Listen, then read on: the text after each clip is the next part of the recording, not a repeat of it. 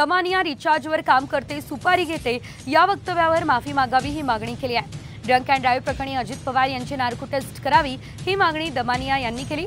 त्यावर सूरज चव्हाण यांनी दमानियांवरती सुपारी घेत असल्याचा आरोप केला, तर चव्हाणांनी माफी मागण्यास नकार दिलाय।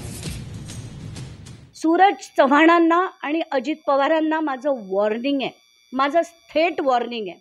त्यांनी जे आत्ता भाषा वापरली आहे की ही बाई काय रिचार्जवर काम करते आणि सुपारी घेते वगैरे, जे फालतू डायलॉग्स असतात ना, ते त्यांनी त्यांच्या खिशात ठेवावे। आणि यापुढे जर एक चक्कर, पहिली तर मला याच्यावर माफी पाहिजे आणि सूरज चव्हाणांनी जर याच्यावर मला माफी दिली नाही तर मी या व्यक्तीला सोडणार नाही, कारण आता राजकारणात सगळ्यांना धडे हे शिकवले पाहिजेत। माझे अजून पुढचा साम टीव्हीच्या माध्यमातून अंजली दमानिया जी काही राष्ट्रवादी काँग्रेस पक्षावर आरोप करतायत, एका वकिलाच्या माध्यमातून त्यांनी जे राष्ट्रवादीला बदनाम करण्यासाठी जे सगळं चालवलेलं आहे, त्या वकिलाच्या पाठीमागचा कोण हात आहे ह्याची सुद्धा खुलासा आम्ही पुढच्या 4 दिवसांमध्ये करणार आहोत।